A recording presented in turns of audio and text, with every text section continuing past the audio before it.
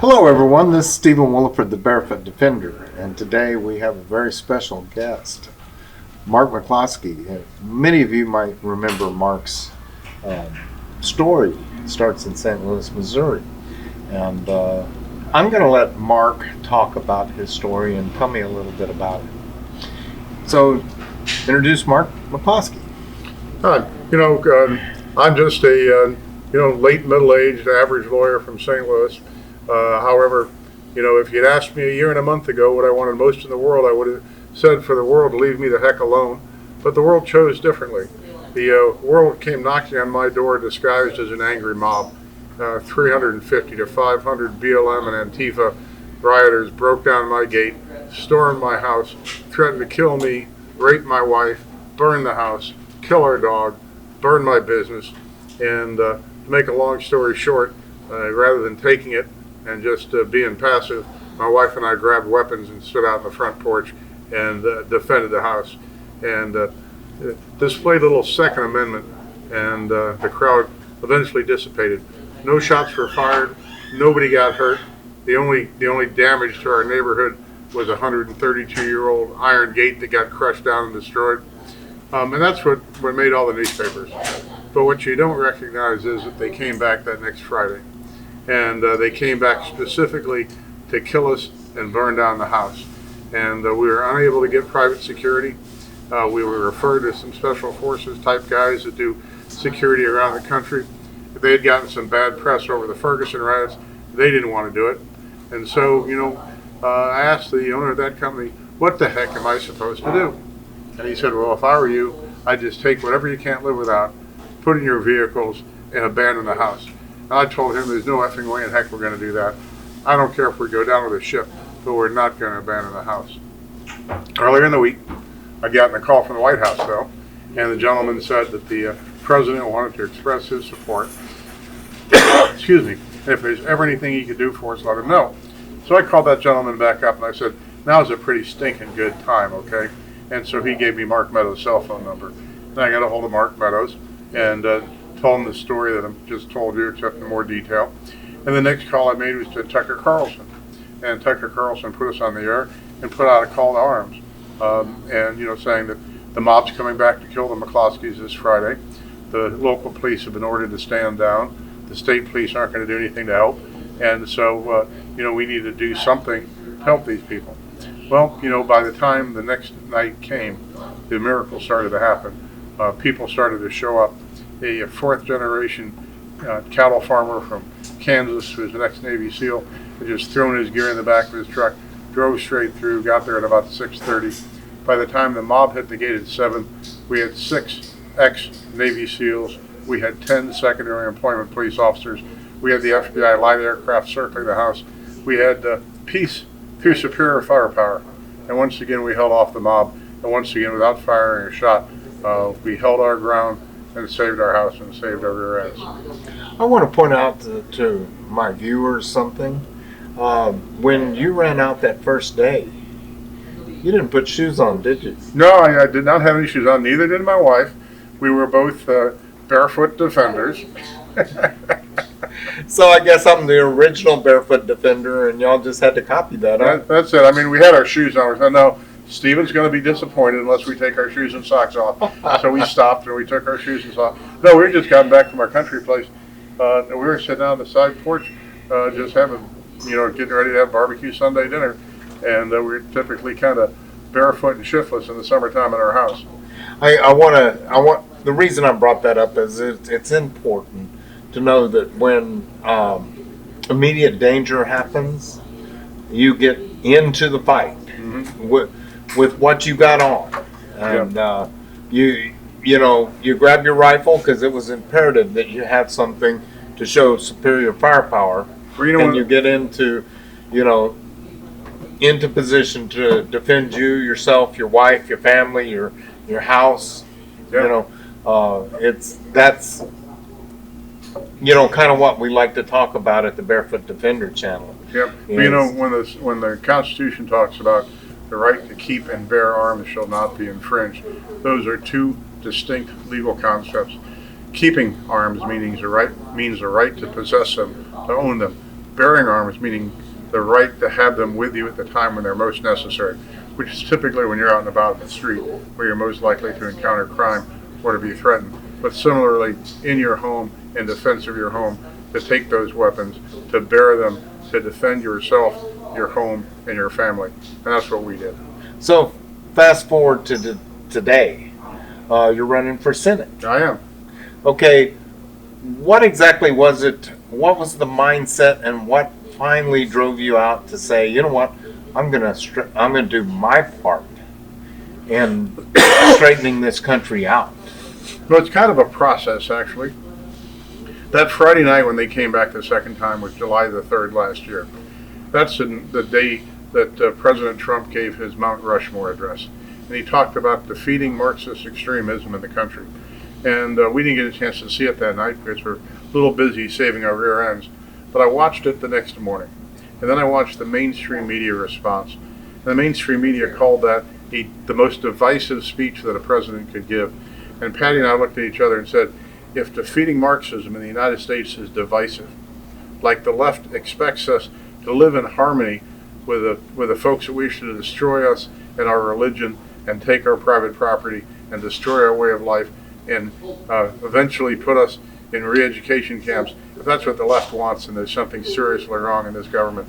And so we made a decision that day to just put our lives on hold and do whatever we could for the rest of our lives to try to pull back the freedoms in this country, pull back that consent of the governed until the government started to behave again and represent the people and respect the Constitution. And so we went to work for the Trump campaign. And then we went to work with Colonel Allen West down here in Texas a couple of times.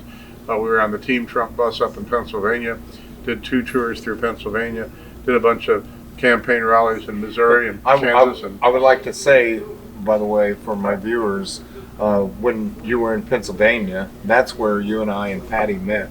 I was working with Survival Mindset at the time, and they set up this meeting between us and did not tell us. No, what a surprise, right? Didn't tell either one of us that we were going to get to meet each other. Yeah, I think that was the night of the first debate up in the State College, Pennsylvania, I think it was. Absolutely, absolutely. And we got to watch the debate, and again, I got to meet the Mccloskeys, both Mark and Patty, and it was a great meeting. And afterwards, I guess a couple of months ago, you called me and said we need to get together. Yeah, yeah. And I had this idea because what is pressing, one of the most pressing things in this country right now, and is what's going on at the border. And we have Afghanistan going on too. And sometimes I think Afghanistan is a distraction for some of the other things. And Afghanistan's a great concern, but what's going on at the border, and we went to the border last night. Yeah. And so you flew in to get with me, and we came down here to the border to show what was going on, and I got an education also. Yeah, it was really pretty impressive.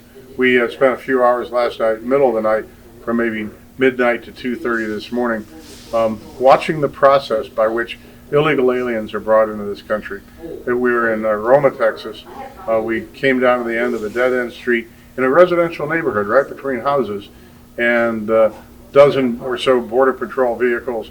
And then they'd set up folding card tables in the middle of the street, and they had foreigners lined up in columns and rows, allegedly based on the age of their kids. And we were there for, like I say, several hours. We got a chance to talk to these folks. None of them were from Mexico. They were from various Central American countries: Honduras, Nicaragua, Guatemala, but there was something very, very odd. They didn't seem anxious. They didn't seem nervous. They weren't afraid. They were wearing new clothes. They all had new shoes on without shoelaces. They were not dirty. They were not sweaty. They were all under the age of 25, going down to a couple of months old. Almost all of them had children with them, but there were no diapers. There was no food. There was no water. And nobody looked the slightest bit upset, like, where am I going to get my food and water? Where am I going to get a diaper to change my baby?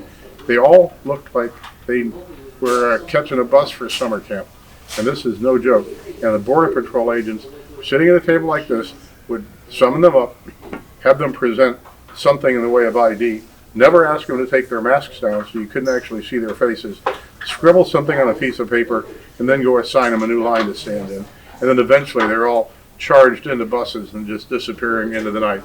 Doing this in the middle of the night when it wasn't like a contest. It wasn't like you see on television where the Border Patrol is chasing down illegal aliens running through the woods. No, it was very orderly. Everybody knew what was going on. It was a planned and calm process. The people there, the young ladies and their kids as young as 9 years old when we questioned them, knew what cities in the United States they're going to go to, right? And like they had been pre-programmed. They had every idea of where they were going, when they were going to get there. We asked them where their parents were. Well, and they gave ambiguous answers and eventually got around to the what I guess is the party line that their parents lived in whatever destination they're going to. But it is really, really weird. It is not at all like what you see on TV. And let's talk about the children, because I was down there also, and the fact that all the young children, you couldn't wake them, you couldn't, shake them, you try to talk to them, seemed very, very lethargic. Yeah, it could be that they've just spent a month trudging through the underbrush in Mexico. It could be that they're just. But if that were exhausted. true, their clothes would be dirty and. But we saw an answer to that too when we were down at the border in the McAllen here later on and earlier today. Apparently, the government has a program where they have them discard all their clothing, their shoelaces, their personal possessions, even their cell phones. We found cell phones and even cash. Apparently, our government re-outfits all these people when they bring them across. This isn't a contest. This isn't a say, hey, try to run away from us and we'll try to catch you. This is, we're welcoming you here with open arms. We're going to give you new clothes. We're going to give you new shoes. We're going to give you a plane ticket. And we're going to give you anything you want, parens, as long as you vote Democrat, close parens, I suspect. But it's not a contested issue. It did not look at all like these were illegal aliens trying to make it into a new country. It looks as if they were being processed to go from one hometown to another in their own country. It is very, very weird. I want to thank you for coming to Texas. I know that that's a long ways from Missouri, and you came all the way to the border. And half the trip is to the Texas border, and the other half is to the Texas-Mexico border, because Texas is a very big state. Sure You're probably closer to Texas border than you are to the from the Texas border down. Yeah. When I lived in Dallas, I used to tell people that it was further from my apartment in Dallas to where I went camping in Big Bend National Park than it was from my apartment in Dallas to my home in St. Louis. Absolutely. So Texas is a real big place. Big place. So I want to thank you and Patty for coming to Texas and seeing firsthand what's going on, because you politicians that are out there that are running for office, and you talk about stuff like this, but unless you come down here and you actually see what's going on, you have no clue. And I came down here also, and I got an education, frankly, on it, and I knew it was bad down here, but I didn't know how bad it was. Mm-hmm. And so publicly now, I want to come out and I want to endorse Mark Mccloskey. I want to say any politician willing to travel down here and see what's going on that actually cares about this nation and what's happening here, even in the state of Texas, because people, what's happening here, you say, oh, well, that's Texas. But they're bringing them to your state. And the drug cartels are charging $8,000 just to get them on this side of the border. And they're wearing bands, green bands around their arms. That means that they paid the cartel, or that they're willing to be sex trafficked or run drugs for them or something. And if you try to cross without the green band, the cartel will kill you. And they're coming to your states. They're coming to your homes. And it's impossible for you to get a grasp of what's going on here unless you come down here. So I encourage more politicians to get out here and see. And I can fix you up with people that can show you what's happening down here. And not the big media frenzy that they, Kamala Harris came down here to El Paso. She never came here where it's really happening. And she never spent a night down here. And Mark and Patty did. And so that's why I'm endorsing Mark right now. We need politicians. Actually, scratch that. Because I heard a meme not long ago and says a politician is worried about his next election. A statesman is worried about the next generation. So I'm going to say we need more statesmen. Someone that's worried about the next generation and beyond. Because we need to take this country back in the worst way. Thank you very much for listening to us. This is the Barefoot Defender. Until next time.